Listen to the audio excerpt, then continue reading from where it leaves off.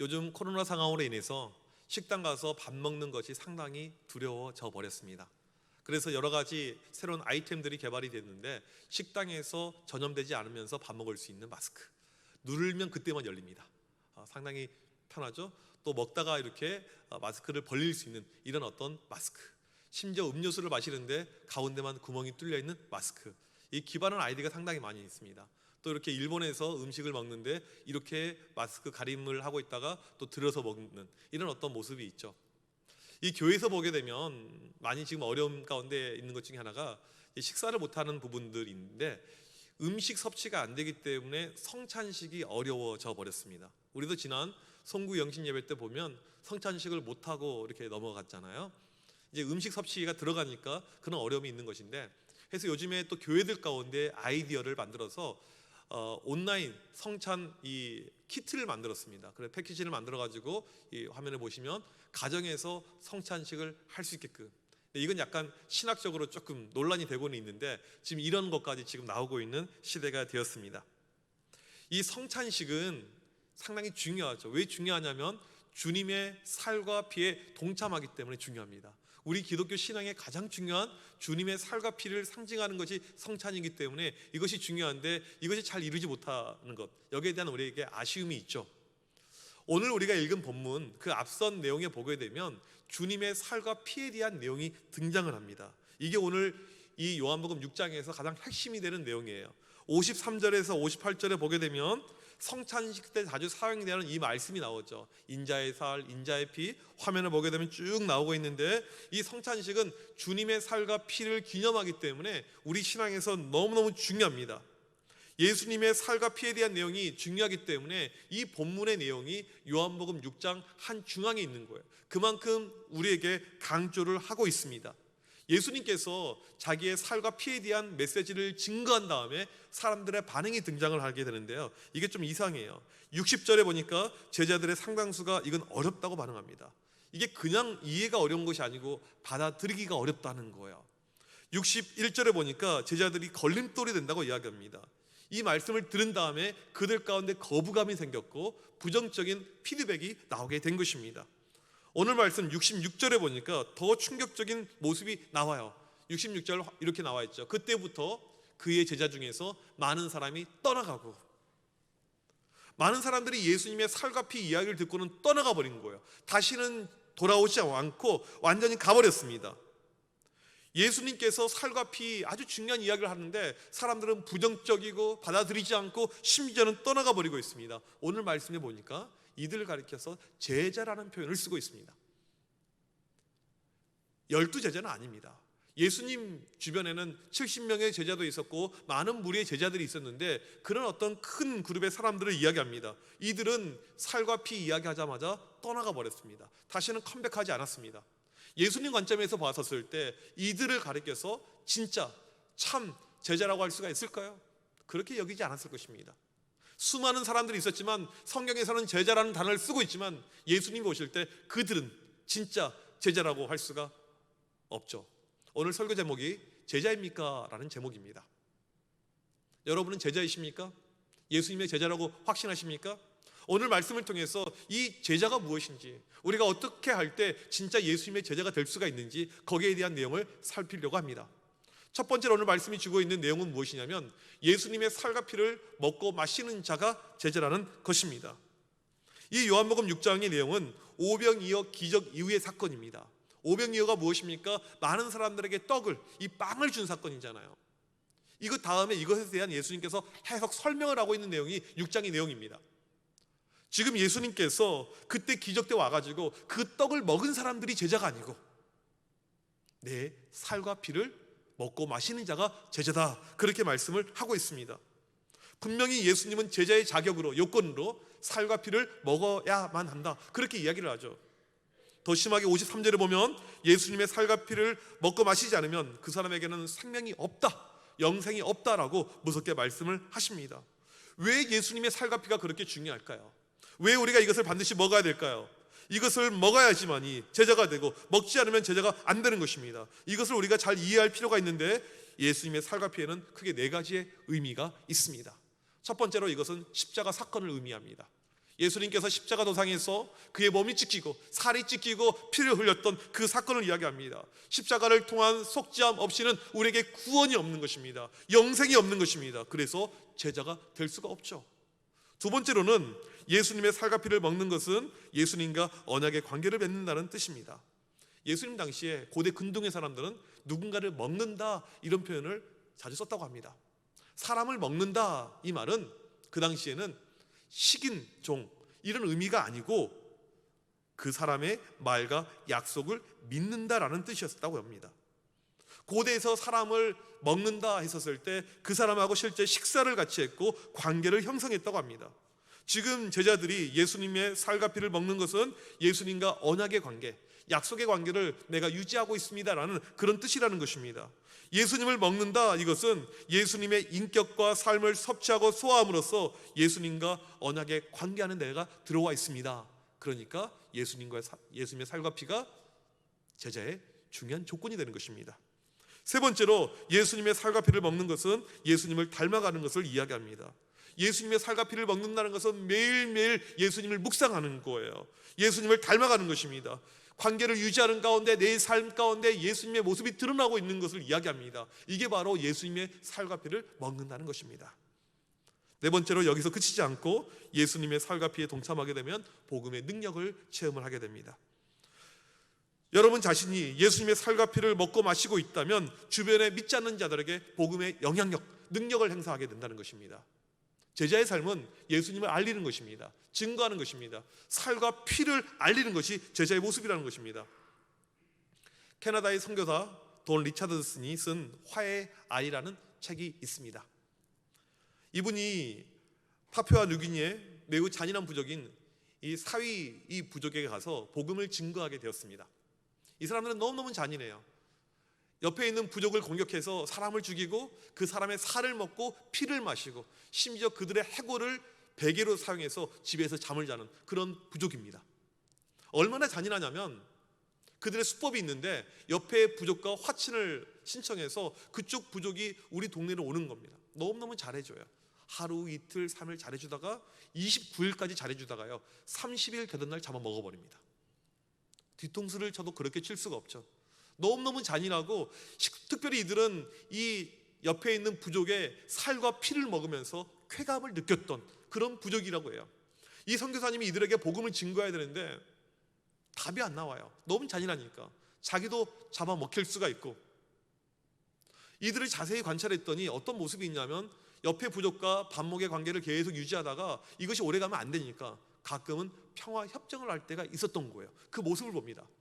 어떻게 두 부족이 평화 협정을 맺었냐면 서로에게 어린 아이를 보내는 거예요. 이 아이가 화해의 아이입니다. 그러니까 볼모로 이 아이가 있는 동안에 서로를 공격을 못하는 거죠.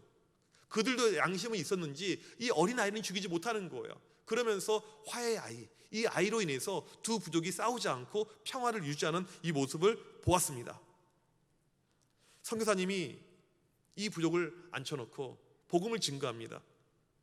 우리와 하나님의 사이가 당신들 옆에 부족과 사이가 벌어졌던 것처럼 그렇게 안 좋고 우리가 맨날 싸웠고 너무나도 어려운 이런 적대의 관계였는데 예수님께서 이 땅에 화해의 아이로 오셨습니다. 우리가 예수님의 살과 피를 먹으면서 예수님으로 인해서 모든 하나님과의 관계가 해결이 되고 평화를 얻게 되었습니다. 이 이야기를 하자 놀라운 역사가 일어나게 됩니다. 이들이 이것을 받아들여요. 본들의 상황에 걸맞는 내용이니까. 그리고 이들이 울면서 복음을 받아들이게 되었습니다. 이들은 단번에 한 번에 예수님의 살과 피의 의미가 무엇이고 화해의 의미가 무엇인지를 알게 된 것입니다. 예수님의 살과 피를 나눌 때 복음의 능력이 있습니다. 지금 예수님의 살과 피 이야기를 듣던 수많은 무리들은 예수님을 떠나가요. 왜 떠나갈까요? 이들은 제자가 아니니까. 제자의 자격이 안 돼요. 예수님을 따랐던 이유는 무엇인가 이득을 얻기 위해서, 내 육신의 안위를 위해서, 무엇인가 얻기 위해서. 하지만 그것이 없다고 생각하는 그 순간에 떠나가 버린 것입니다. 이때 예수님께서 67절에 12제자들에게 묻습니다. 너희도 가려느냐? 요즘 표현대로 하면 돌 직구는 날리는 거야. 너희도 같이 가지, 가봐, 이거예요. 너희도 십자가 이 살과 피 받아들이지 못하겠지? 가려면 가라, 이렇게 묻습니다. 이때 68절에 보니까 베드로가 멋진 신앙 고백을 합니다. 그 신앙 고백 때문에 이들이 제자라는 것이 증명이 되었죠. 오늘 말씀에서 두 번째로 알 수 있는 것은 무엇이냐면 신앙 고백 없이는 제자가 결코 될 수가 없다는 것입니다. 오늘 말씀에 베드로가 두 가지로 고백합니다. 첫 번째가 68절 영생의 말씀이 주께 있사오니 이렇게 고백을 해요. 주님은 우리를 구원하시는 영생이고 생명인데 제가 어디로 갑니까? 이 베드로는 예수님께 메시지를 그동안 들어왔죠. 내가 생명의 떡이다 그 말씀을 들어왔습니다. 그 의미를 알아요. 예수님을 내가 먹어야지, 예수님의 생명의 떡을 내가 붙잡아야지 내가 구원의 영생에 이릅니다. 내가 어딜 갑니까? 주님만이 영생의 말씀이고 영생의 떡입니다. 베드로가 정확하게 답변합니다. 두 번째 그의 고백은 69절에 주는 하나님의 거룩하신 자인 줄 믿고 알았사옵나이다. 이 69절의 고백이요 앞선 68절의 고백보다 훨씬 더 강렬한 고백입니다. 우리말 성경에는 번역이 안 되어 있지만 헬라어 원문을 보게 되면 씨라는 이 2인칭 단수 주어 영어로 you 당신이 나와 있습니다. 69절을 직역하면 당신이 바로 하나님의 거룩한 자입니다. 이런 고백이에요. 하나님의 거룩한 자, 이 뜻은 무엇이냐면요 하나님께 구별된 자라는 뜻입니다. 여러분 제가 이것을 이미 목요일 날 특세 때 설명을 해드렸어요. 여러분 지난 목요일 날 특세 기억하시나요? 이렇게 물어보면 다들 기억한다고 하는데 무엇을 기억하냐면 목사님 그날 특송 빠뜨리고 한 거 제가 기억하죠. 이게 얼마나 웃기냐면요 제가 매일 설교한 걸 다시 보고 하는데 유튜브 조회수가 그날이 제일 높아요. 설교는 그날 솔직히 제일 못했어요. 제가 시작할 때부터 이게 방송이 안 되나 방송실 사인 주고 그러니까 사람의 마음이 그러니까 여러분들은 아무것도 아닌 것이지만 예배 시간에 한 명 움직이잖아요. 여러 가지 딴짓하고 있잖아요. 이게 다 보이거든요.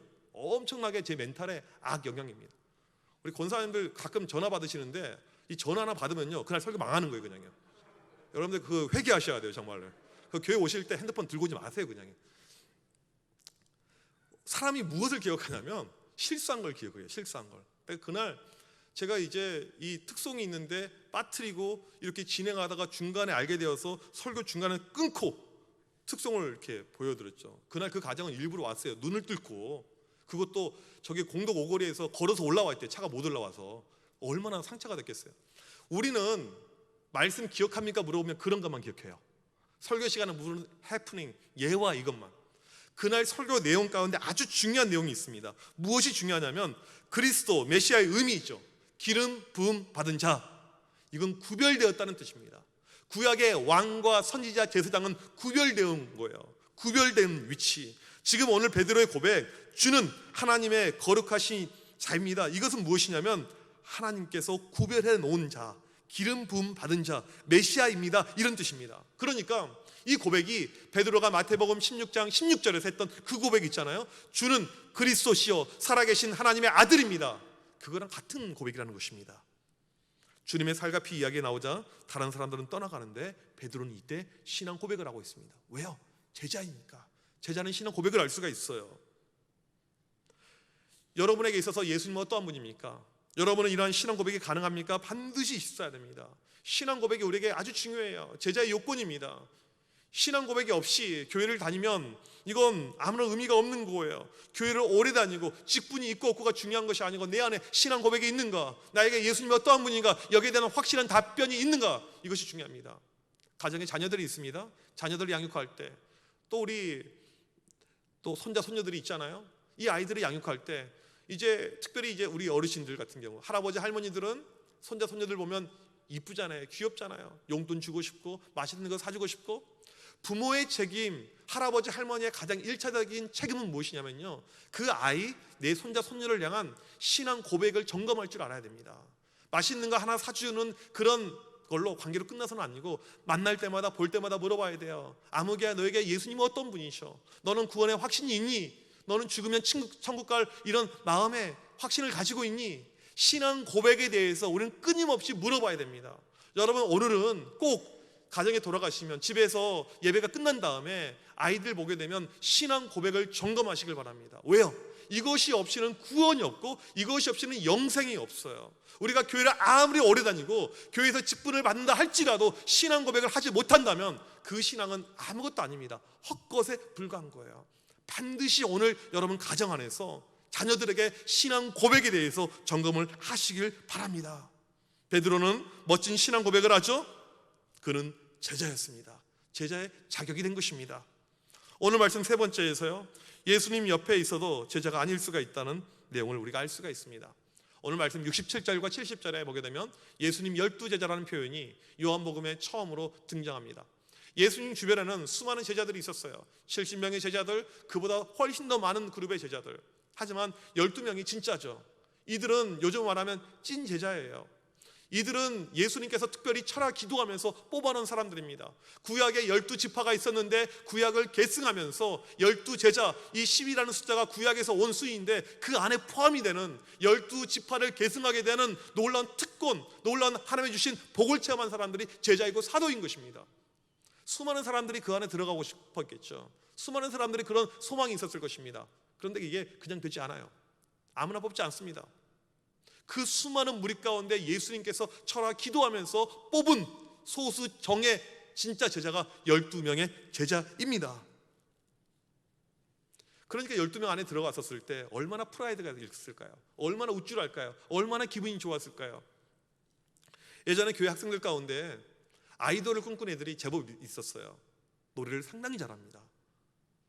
춤도 잘 춰요. 얼굴도 이쁘장하게 생겼습니다.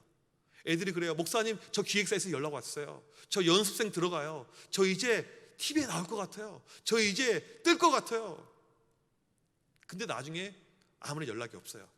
한참 후에 보게 되면 애들이 무슨 얘기를 하냐면 자기가 제일 잘난 줄 알았는데, 수많은 스타 중에 자기가 하나인 줄 알았는데 알고 봤더니 우리나라에 그런 애들이 수만 명이라는 거예요. 수천 명, 너무나도 많다는 것입니다. 애들이 좌절하죠. 그런데 가끔 어떤 경우가 있냐면 그 많은 애들 가운데 발탁이 된 애들이 있습니다. 얼마나 우쭐 알고 얼마나 그들은 프라이드, 이 기분이 좋을까요? 예수님의 12제자가 바로 그런 그룹의 사람들이었습니다. 아무나 못 돼요. 철야 기도하면서 뽑은 사람들이 12명입니다. 그런데 오늘 예수님께서 그 12명을 향해서 이렇게 이야기합니다. 70절 말씀에 그 중에 한 명은 마귀다. 이 프라이드가 있는 이 제자들 향해서 너희 중에 한 명은 마귀다, 가짜다, 사탄이다, 그렇게 이야기합니다. 예수님은 뽑을 때부터 알고 있었습니다. 하나님의 뜻이 무엇인지도 알고 있었어요. 어쩔 수 없이 뽑으셨겠죠. 아마도 예수님께서 생명의 떡을 설명할 때, 살과 피를 설명할 때 제자들 가운데 이해가 안 됩니다. 이게 무엇입니까? 받아들이지 못합니다. 여러 가지 역정을 내섰을 때 그 중에 목소리 중에 하나가 가룟 유다의 목소리였을 것입니다. 이 가룟 유다는 열심당원 출신이에요. 당시에 로마 정부에 대항해서 싸워서 폭력에 의해서 저 정부를 무찔러내고 우리가 독립국가를 만들자, 이게 열심당원의 모습이었죠. 그 몇몇 중에 한 명이었습니다. 예수님이라면 그거 할 수 있을 거야, 이런 마음을 가지고 들어온 것입니다. 3년 동안 예수님과 함께 동고동락했지만 가룟 유다는 가짜였습니다. 그는 마귀였습니다. 충격적이었죠. 교회에서 직분을 받지만, 교회를 오래 섬기지만 여러분, 마귀일 수가 있습니다. 심지어는요, 믿음이 너무너무 좋아서 신학을 하고 목사가 됐지만 마귀일 수도 있어요. 우리에게 주는 아주 무서운 메시지이죠. 지난 한 주간 제가 특색 가운데 믿음에 대한 설교를 하는 가운데 마태복음에 주여 주여 하는 자가 다 천국에 갈 것이 아니요, 하나님 나라에 들어갈 것이 아니요, 우리가 교회에서는 주여 주여 하고 믿음 가운데 외치지만 가짜일 수가 있다는 것입니다. 제자가 되는 것은요, 쉬운 일이 아닙니다. 우리는 스스로에게 질문해 봐야 돼요. 나는 과연 제자인가? 이건 여러분 직분하고 교회 타이틀하고 아무런 상관이 없습니다. 예수님이 보실 때 나는 제자인가 아닌가? 우리는 질문해 봐야 돼요. 아르헨티나의 유명한 목사님 후안 카를로스 오르티즈 목사님이 쓴 제자입니까? 라는 책이 있습니다. 이 목사님이 자기 교회 부임했었을 때 성도가 정확하게 184명이었어요. 2년 동안 열심히 전도하고 열심히 목양하는 가운데 성도가 600명이 되었습니다. 얼마나 기분이 좋았겠어요. 성도들도 그렇고 목사님도 그렇고 매주 새 신자가 오죠. 사람들이 많아지죠. 우쭐했죠. 그런데 어느 순간에 이 목사님 마음 가운데 마음에 불편함이 찾아왔어요. 성도는 매주 오는데, 교회는 부흥하는데 마음에 불편해요. 그래서 잠깐 목회를 중단하고 혼자 조용히 골방에 가서 간절히 기도하는데 성령의 음성이 들려옵니다. 야, 너 목회 성공한 거냐? 너 교회가 부흥한 거니? 이렇게 물어봐요. 너는 교인들이 자랐다고 볼지만 이건 자란 것이 아니고 살찐 것이다, 그렇게 이야기하는 거예요. 지금 교인들 숫자만 늘었지 영적으로 어떤 성장도 없이 그냥 비만만 살찐 것이다. 너희 교회 교인들은 갓난 아이와 같은 교인들이다, 그렇게 이야기하는 거예요. 늘 뭘 달라고 하는 교인들.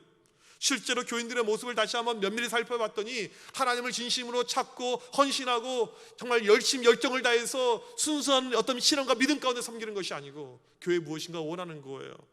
파벌이 있는 것입니다. 싸움이 있어요. 끼리끼리가 있습니다. 주는 것보다 받는 것이 좋아요. 어린아이가 뭐 하나 주면 좋아하듯이 그런 모습 가운데 교회를 다니고 있는 것입니다. 우리에게 중요한 것은요, 성령의 은사보다 성령의 열매가 중요합니다. 이들은요, 성령의 은사만 찾는 거예요. 은사를 주옵소서. 방언의 은사, 어떤 은사, 은사.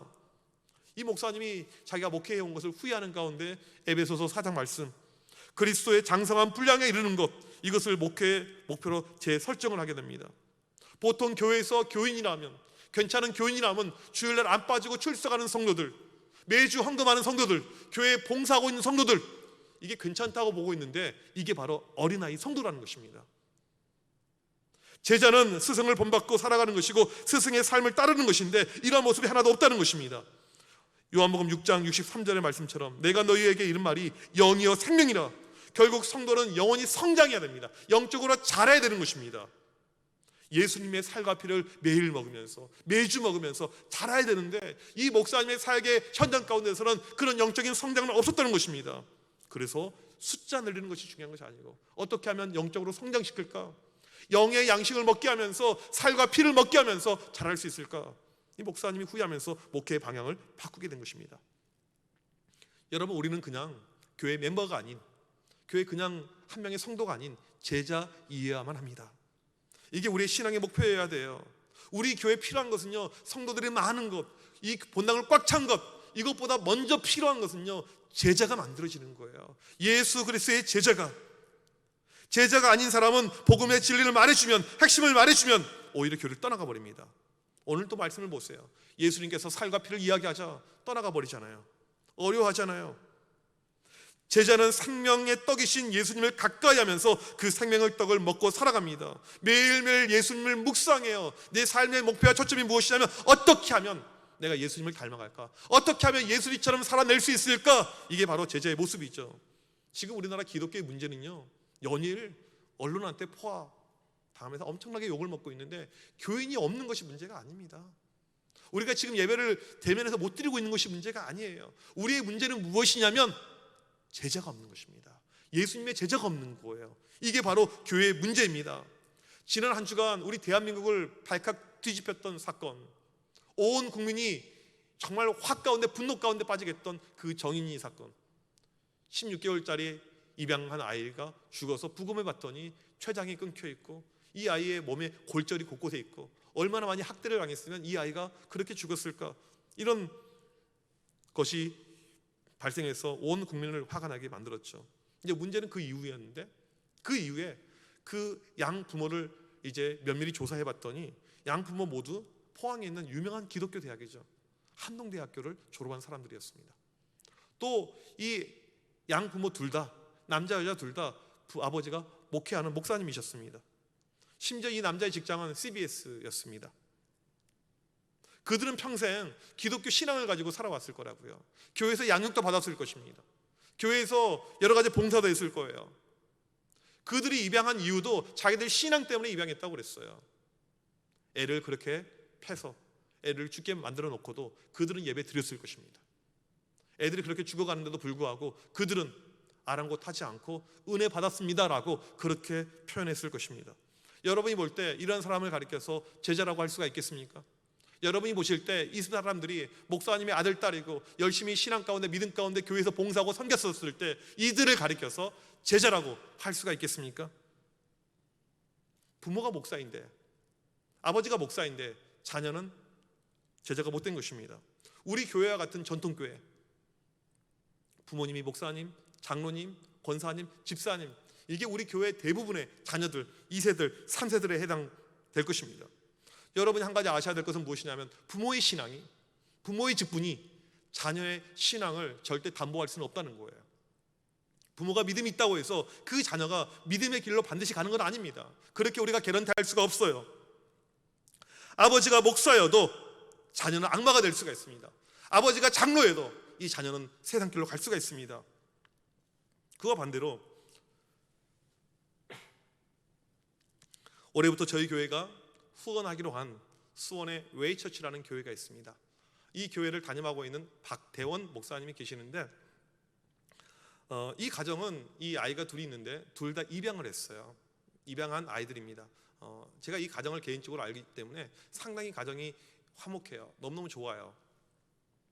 더 이제 대단한 것은 무엇이냐면 이 두 아이를 입양하는 과정에서 이 목사님들이 이 부부가 이제 깨달은 바가 있는데 아이를 그냥 쉽게 말하면 버렸다고 표현하기 그렇고 본인이 책임지기 힘들어서 이제 아이를 맡겨두고 간 이 친모에 대한 어려움을 발견하게 됩니다. 앞선 사람들하고 공통점이 뭐냐면 이 목사님도 아버지가 목사님이에요. 그리고 여기도 입양을 한 것이고요. 그래서 이 미혼모들의 삶이 얼마나 힘들고 어렵다는 것을 알게 됩니다. 전에는 내가 이 미혼모가 낳은 아이 한 명, 두 명을 입양하면 이 미혼모의 삶이 좀 괜찮고 이 아이들의 인생도 책임져 줄 수 있으니까 괜찮을 걸로 생각했는데 이 아이들을 입양하면서 보니까 이 미혼모들의 삶이 눈에 다 보이는 거예요. 그래서 이 목사님 부부가 어떻게 했냐면 미혼모 사역에 뛰어듭니다. 그래서 주중에 미혼모들 연락을 받아서 누가 아이를 낳는다고 하면 그 아이 낳는 것을 도와주고 병원을 잡아주고 그 다음에 아이 낳은 다음에 거처할 처소를 마련해주고 집을 잡아주고 방이 없으면 자기 집에서 먹이고 재우고 해주고 미혼모 사역만 전문적으로 하는 이런 부부예요.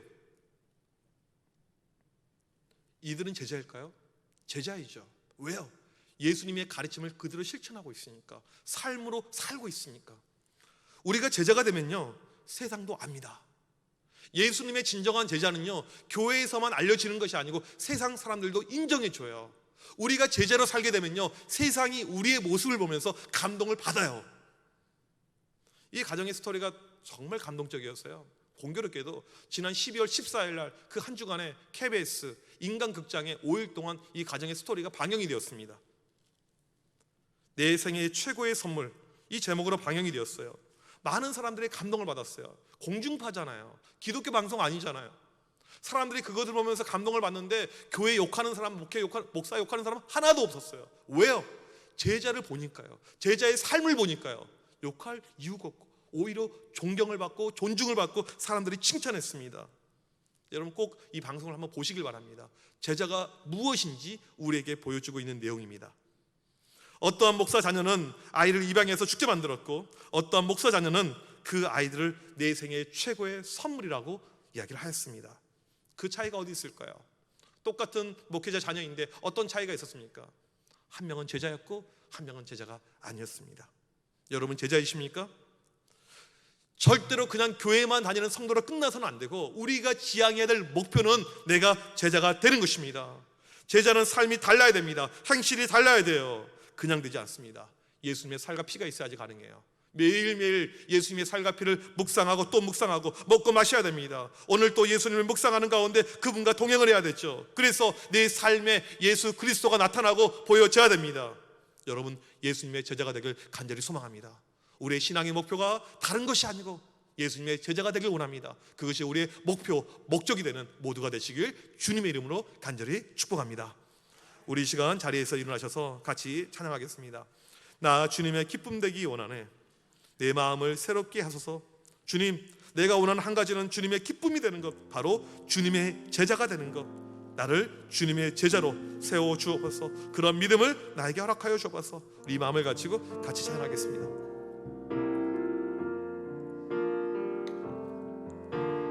나 주님의 기쁨 되기 원하네. 내 마음을 새롭게 하소서. 내 마음을 새롭게 하소서. 새 부대가 되게 하여 주사. 새 부대가 되게 하여 주사. 주님의 빛 비추게 하소서. 주님의 빛 비추게 하소서. 내가 원하는 한 가지, 내가 원하는 한 가지, 주님의 기쁨이 되는 것. 주님의 기쁨이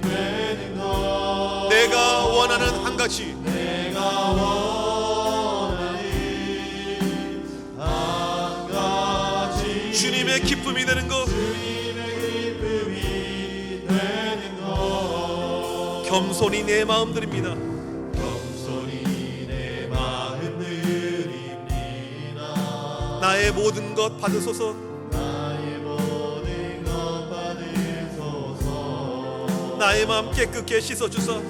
나의 마음 깨끗게 씻어주사. 주의 길로 행하게 하소서. 주의 길로 행하게 하소서. 내가 원하는 한 가지 내가 원하니 한 가지 주님의 기쁨이 되는 것 내가 원하는 한 가지 내가 원하니 한 가지 주님의 기쁨이 되는 것 내가 원하는 한 가지 내가 원하니 한 주님의 기쁨이 되는 것 주님의 기쁨이 되는 것 내가 원하는 한 가지 내가 원하니 한 가지 주님의 기쁨이 되는 것 주님의 기쁨이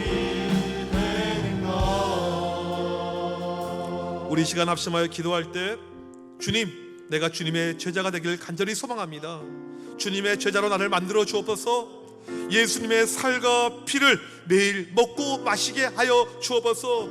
주님을 매일 묵상하고 주님과 동행하게 하여 주셔서 주님과 언약의 관계를 맺고 내가 진심으로 주님을 사랑하는 가운데 주님의 향기를 바라게 하여 주셔서 온전한 신앙 고백을 하면서 오늘 또 제자의 삶을 살 수 있는 그러한 믿음을 나에게 허락하여 주셔서 우리 시간 합심하여 간절히 기도합니다. 살아계신 하나님, 이 시간 간절히 기도할 때 주님, 우리를 주님의 제자로 세워주셔서 주님의 제자로 삼아주셔서 너무나도 부족합니다. 너무나도 연약합니다.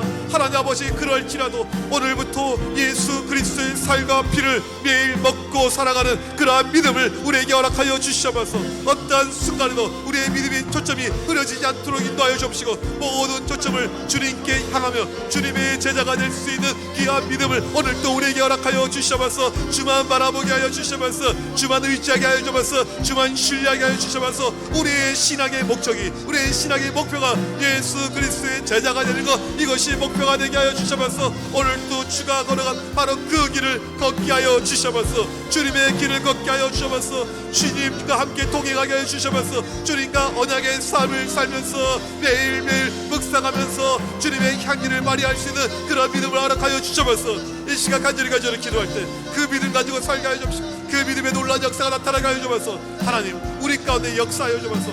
오늘 또 우리를 통해서 일하여 주옵소서. 주여 도와주시는 가운데 주만 바라보고 주만 의지하고 주만 사랑할 아버지 사랑할 수 있는 귀한 믿음을 우리에게 허락하여 주옵소서. 우리 모두를 제자 삼아 주옵소서. 주님의 제자가 되는 놀라운 역사가 우리의 삶 가운데 이루어지게 하여 주옵소서. 하나님 아버지, 우리 청함에 온 성도들 주님의 제자 되게 하고 영혼들이 성장하는, 영혼들이 자라는 놀라운 역사가 나타나게 해주면서 그 믿음을 가지고 오늘도 살며 오늘도 이기며 살 수 있도록 도와주셔서 하나님의 역사하심으로 주여 우리가 이기며 제자의 삶을 할 수 있도록 주여 도와주셔서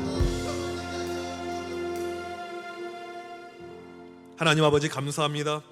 하나밖에 없는 아들 예수 그리스도를 우리에게 선물로 주심에 감사합니다.